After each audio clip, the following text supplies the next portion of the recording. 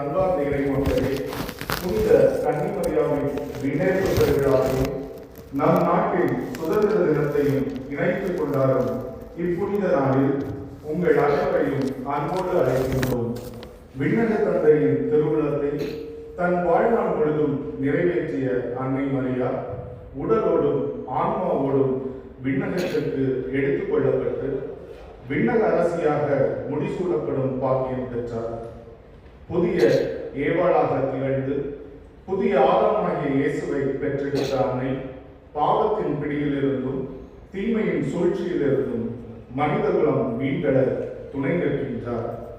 அன்னையின் இந்த விண்ணேற்பு நாம் அடைவதற்கும் விண்ணக மகிமைக்கு நம்பிக்கையின் ஒளியாக திகழ்கின்றது.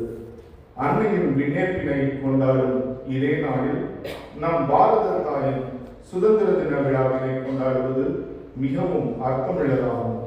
நம் நாடு விடுதலை பெற்றிருந்தாலும் இன்றும் மனித உள்ளங்கள் பாவம், பயம், பலவித அடிமைத்தனங்கள் ஆகியவற்றால் தவித்துக் கொண்டிருக்கும் வேளையில் அன்னை மரியா நமக்கு உண்மையான ஆன்மீக விடுதலையின் வழியை காட்டுகின்றார்.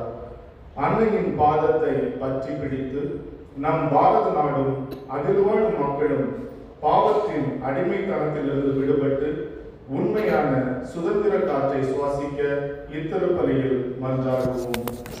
அன்னையின் ஆசிரியர் நம் மண்ணடத்தை புனிதமாக்கி எங்கும் இறைவனின் அமைதியும் அழைத்தோங்க தொடர்ந்து ஜெபிப்போம்.